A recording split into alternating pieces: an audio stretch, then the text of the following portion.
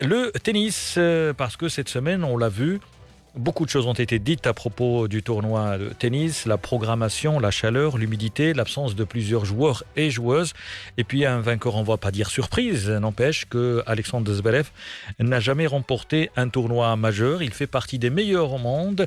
Il a gagné pas mal de trophées, mais un titre olympique, c'est quand même historique, chose que n'a pas réussi à faire Novak Djokovic. On va parler de tout cela avec notre monsieur football de l'Académie Moundir de tennis, Abdrahim Moundir, l'ancien capitaine de l'équipe du Maroc en Coupe Davis. C'est Abdrahim, bonsoir. Oui, salam alaikum, bonsoir. Et avec nous aussi Wadi Ouhti. Abdrahim, Wadi est un bon joueur de tennis. Et je vais raconter une petite anecdote à Wadi parce qu'il n'est pas au courant. La seule fois où j'allais affronter Abdrahim Moundir en tennis, pendant l'échauffement, il s'est retiré quand il a vu le niveau. Le mien, il s'est retiré, il n'a pas pu. Enfin, il était tellement nul, il a dit non, je ne vais pas perdre mon temps, c'est Abdrahim. Là, faut là. Abdrahim Moundir, un petit mot. On va revenir sur Alexandre Zverev, on va revenir sur Novak Djokovic parce qu'il est reparti non seulement sans médaille, mais surtout avec une blessure à un mois de l'US Open. On va parler bien sûr des tensions entre entraîneurs, coachs et joueurs, mais d'abord, ce qui a marqué cette semaine, beaucoup de joueurs se sont plaints. On a vu des images, une joueuse espagnole quitter le terrain sur une chaise roulante, l'insolation, l'hydratation, déshydratation, bref, il y avait beaucoup de chaleur et de l'humidité. Qu'est-ce qu'on peut dire quand il y a ces deux facteurs pour un sportif de haut niveau et surtout en tennis, c'est Abdrahim? Alors, le problème, c'est quand il y a du vent ou du mauvais temps ou de la chaleur, il faut le signaler pour toutes les personnes qui nous écoutent, c'est pour les deux joueurs. C'est-à-dire, on ne va pas mettre de l'ombre d'un côté et le soleil de l'autre côté. Donc ça, déjà, il faut partir là-dessus. Alors, comment on arrive? Alors, si le joueur ou la joueuse arrive dans une semaine où il est capable, avec son pic, il est au sommet de son pic, il est en pleine forme physique, mentale, supporter tous les malheurs de la terre, et bien il se retrouve dans une semaine où il est bien. Alors il y a des joueurs où ils arrivent pendant le tournoi de Tokyo, où ils ne sont pas bien, ils ne sont pas dans une semaine extraordinaire. Donc le petit brin de sable, et bien il déraille la machine et ça ne fonctionne pas. Alors quand on voit une joueuse, par exemple, qui a bien brillé à Wimbledon, qui a brillé partout, elle arrive à Tokyo, alors qu'on disait que c'était une joueuse très forte mentalement, elle supportait toutes les souffrances de la terre, mais dès qu'elle est arrivée à Tokyo, elle n'était pas en forme, elle a perdu au premier tour. La même chose pour Djokovic, la même chose pour Medvedev.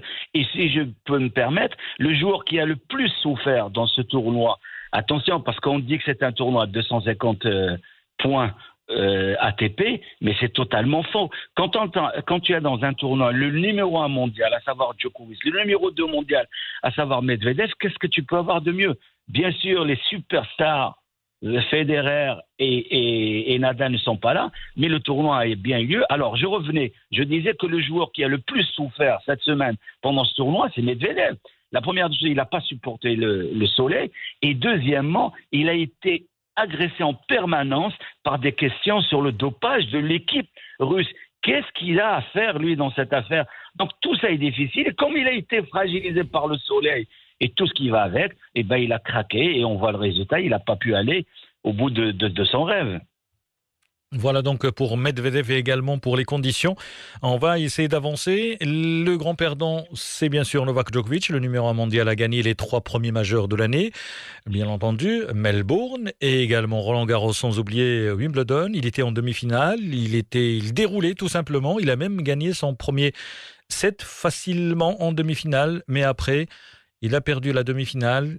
Il a perdu le match de classement. Il s'est retiré du match de double. Il est reparti blessé, incertain donc pour le dernier majeur de l'année. Est-ce que ce genre de mésaventure peut avoir des répercussions néfastes sur le numéro 1 mondial qui paraissait intouchable? On rappelle qu'il est âgé de 34 ans, Abdrahim. Oui, alors pour revenir à Djokovic, sincèrement, je connais très peu d'athlètes au monde qui sont bien entraînés, bien entourés, aussi bien entraînés que Djokovic. Donc il avait mis toutes les chances du côté de la victoire, mais comme on l'a dit hier, le sport et le tennis en particulier ne sont pas des sciences exactes. On peut être à la perfection au niveau de la préparation, on peut avoir tout met de son côté pour gagner, et finalement on arrive dans un tournoi à Tokyo où on a toutes les chances de gagner, et quand tu le disais si bien, il mène 6-1 au premier set. Il a gagné facilement le premier set. Deuxième set, il a un break d'avance. Moi, je regardais le match, je voulais passer et voir autre chose, tellement c'était facile. Alors, qu'est-ce qui lui est arrivé? Ça, c'est psychologie. Alors, pour lui, je pense, j'ai regardé le match tel que je le connais, il n'en revenait pas que le niveau soit aussi faible en face de lui. Et c'est comme un Zverev, c'est le 3e ou 4e jour mondial en face de toi. Tu mènes 6-1, tu as un break d'avance, le match est plié. Alors certainement, il s'est projeté, comme dirait le psychologue, il s'est projeté dans le futur et il a oublié de rester concentré. Bien sûr, de l'extérieur, c'est facile pour nous parce qu'on est à l'ombre, on regarde, il dit qu'il fallait qu'il reste concentré, centré sur le présent, jouer balle par balle. Mais non, il n'est pas dans sa semaine d'exception parce que chaque joueur professionnel, il a une courbe. Par exemple, de janvier à mars, il va être moyen. De mars à fin juin, il va être très bien. Et après, il va être très, très bien le reste de l'année. Et peut-être que cette phase de tournoi pour lui, elle a été pas bonne. Alors, pour revenir à sa défaite, pour un joueur de ce calibre-là, pas pour un joueur, pour un athlète, il n'y a pas de défaite. Il n'y a que des résultats sur lesquels il va s'appuyer pour préparer l'avenir. Figurez-vous, à la fin du match, quand il a fini le match et qu'il a bu beaucoup d'eau pour récupérer, il a dit, écoutez, je n'ai que 34 ans. Il s'est déjà projeté à Paris. Il a dit, j'ai que 34 ans. Dans 3 ans, ça sera Paris. Peut-être que je serai là. Et après, de suite, il revient parce qu'il doit être modeste, parce que quand tu dis ça, tu passes pour un arrogant. Il s'est dit, dans 3 ans, je serai à Paris. Mais il y a le problème de l'âge. Je n'aurai plus 34 ans. Mais dans un petit coin de sa tête, croyez-moi, M. Hakim, il a déjà Paris dans sa tête. Une petite phrase, c'est Abdrahim Moundir. Pour finir, on parle de haut niveau, bien entendu, et le mental est très important dans tous les sports. Et j'ai une phrase prononcée par Daniil Medvedev, le numéro 2 mondial. Le fait que mon coach quitte le cours m'a beaucoup aidé. On le voit souvent. Pas toujours, mais on le voit quand même parfois. Il y a des tensions entre un joueur et son coach sur les tribunes. Ils s'échangent parfois des mots, des insultes, mais on a l'impression que ça y est, c'est fini. Et on les voit travailler ensemble, sachant que Medvedev, comme on dit, a le sang chaud. Comment peut-on expliquer ce rapport? Est-ce qu'il faut extérioriser, montrer la tension, le fait d'être mal, ou bien c'est tout simplement une façon de se chercher et de trouver la solution? Alors déjà, chaque relation entre joueur ou joueuse et son entraîneur est totalement différente d'une autre. Alors, si on prend l'exemple juste de Medvedev, il a besoin de ça. Alors, dans le règlement, à un moment ou à un autre, il doit exploser soit la raquette, soit l'arbitre, soit les ramasseurs, soit l'adversaire. Et comme il n'a pas le droit, parce que le règlement lui interdit, et heureusement, donc il a besoin d'exploser cette rage, cette mauvaise frustration, ce mauvais moment. Alors, qu'est-ce qu'il fait? Il voit que son entraîneur. Alors, l'entraîneur, quand il se défausse sur son entraîneur, le règlement le lui autorise. Mais s'il le fait contre l'arbitre, il va être disqualifié. Donc, c'est une relation énorme. Je ne connais pas un joueur sur le circuit, une joueuse, qui n'ont pas ça.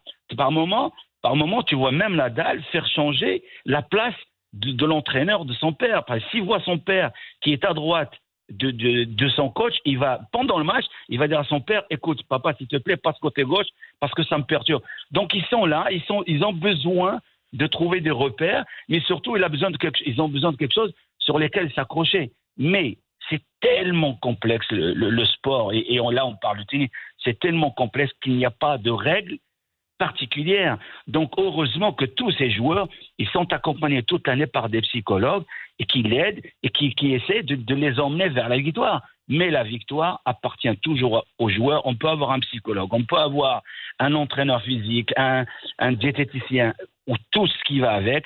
Si dans la semaine où tu es à Tokyo, enfin je voulais dire Monte Carlo, à Tokyo comme pour Djokovic, et que tu n'es pas dans ta forme exceptionnelle de l'année, et que tu n'as pas certainement respecté la courbe à laquelle tu sens. Parce qu'un joueur comme Djokovic, il sait quand est-ce qu'il va bien jouer, il sait quand est-ce qu'il va mal jouer. Ça c'est sûr. Ou alors que sa préparation, elle est toujours axée sur un moment particulier. Un Djokovic, il se prépare pour être fin mai, fin juillet en forme, pour pouvoir bien jouer à Roland-Garros et Wimbledon. Après cela, il va refaire une autre préparation pour retrouver un deuxième ou un troisième souffle pour être bien à Wimbledon. Donc tout cela, il le met de côté pour mettre un maximum de chances du côté de la victoire pour éviter la défaite. Alors que la défaite dans le tennis, elle est permanente.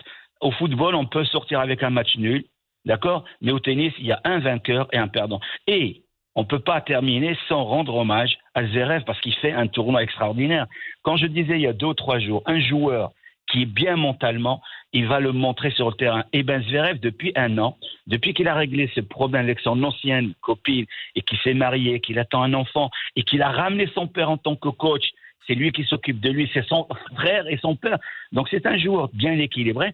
On le voit sur le terrain, s'il n'était pas bien équilibré, avec un set de retard, un jeu de retard, un break de retard dans le deuxième set contre le numéro 1 mondial, il aurait plié bagage et sorti. Non, il a dit je vais garder le rythme, je vais rester concentré sur le présent et mon heure va sonner. Et il a raison, parce qu'en finale, il gagne ce tournoi et cette médaille d'or. Et encore, félicitations pour Benchis, la Suissesse, qui a gagné la médaille d'or aussi. Vous avez anticipé parce que j'allais dire, on va tourner la page de Tokyo avec la victoire de la Suissesse Belinda Bencic, bien entendu. Mais c'est la médaille d'or pour la Suisse. Mais là, il y a un joueur qu'on a perdu de vue depuis la fin de Roland-Garros, depuis la demi-finale. C'est Rafael Nadal. Le joueur espagnol se trouve actuellement aux États-Unis. Il prépare déjà la tournée américaine. Il y a le tournoi, bien sûr, mais surtout, il vise l'US Open. Nadal, on le sait, 35 ans. Il a raté Roland-Garros, le principal objectif, mais n'empêche, Nadal, dans un tournoi, restera toujours l'un des favoris. Oui, l'un des favoris, surtout qu'il va arriver frais. Parce que dès qu'il a quitté Roland-Garros, il était épuisé avec cette tournée sur terre battue. Il l'a dit lui-même, il a dit avec cette pandémie, alors j'ai été très loin de la famille. Maintenant, je vais me retrouver à la maison, je vais me préparer en famille, je vais recharger les batteries. Et un joueur parce qu'il se connaît, comme on le disait pour Djokovic, pour Medvedev, pour Bencic, pour Jabber, ils se connaissent, ces joueurs se connaissent. Et là, il a chargé les batteries, il va se retrouver aux États-Unis. Et un Nadal frais, qui n'a pas beaucoup de matchs dans les jambes, ça va être un joueur difficile à battre. Voilà, difficile à battre comme notre ami Wadia Ouhti, parce que je vais organiser, bien sûr, peut-être pendant l'été ou bien la rentrée, un match entre Wadia Ouhti et Abdrahim Moundir. Abdrahim Moundir avec grand plaisir. Perdre un peu de poids parce qu'Abdrahim est en pleine préparation. Je ne sais pas quelle saison, mais n'empêche, Abdrahim est en train de se préparer. Merci beaucoup, Abdrahim Moundir, de votre disponibilité. لكن في تحليله حكيم في تحليلاته دائما يتميز بضربات الآيس، دائما يكون متفوق على مستوى التحليل. معجب جدا بموندير بكل صراحة، وسأقولها له أمام المستمعين الأوفياء من المحللين المتميزين في المغرب في رياضة التنس. Moi, il a difficile. Il a du mal. J'ai du mal avec Abdrahim Moundir pour le sûr, parce que on dirait un cours de 100 mètres. Exactement. Merci beaucoup, Merci beaucoup. Merci beaucoup. Merci, bonne soirée et à la prochaine.